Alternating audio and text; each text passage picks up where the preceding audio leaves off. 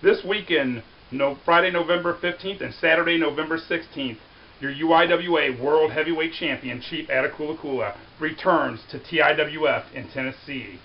And it's sort of an 80s has-been weekend for me because on Friday night in Maury City, they have me facing the Weird Al of professional wrestling, Osby Tomlin. More on Osby in a second. And then on Saturday, November 16th, Trenton, Tennessee, on the UIWA Internet Pay-Per-View Quest for Gold, they have me facing the Gary Coleman of professional wrestling. That's right, Coco Anderson. I want to talk about Osby Tomlin here for a second. You know, Osby's been going on for 6 months now, ranting, raving, releasing videos, challenging me to matches. I just ignored him. I just ignored him. But then he finally got the match he wanted for this title, this Friday night in Maury City.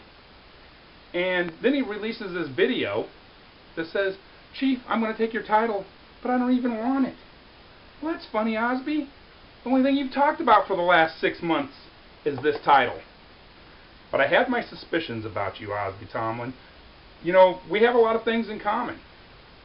Your grandmother was a full-blooded Cherokee Indian. My grandmother was a full-blooded Cherokee Indian. And then you said that you quit wrestling as an Indian because it was disgraceful to your people, and you ran me down for doing it. And now you say that, you know, you're not a character, you're always Osby Tomlin. That's not true, Osby, and we both know that.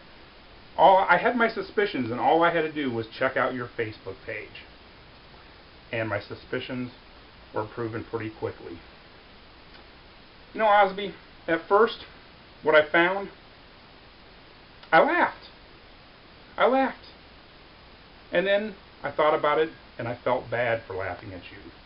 Because it's sad. When you were growing up, through junior high and high school, you were one of the less popular people. Let's not mince words. You were a nerd. You were a video game geek. You probably had no friends, maybe one friend. You probably had one friend all the way through junior high and high school, and he was as big a geek as you.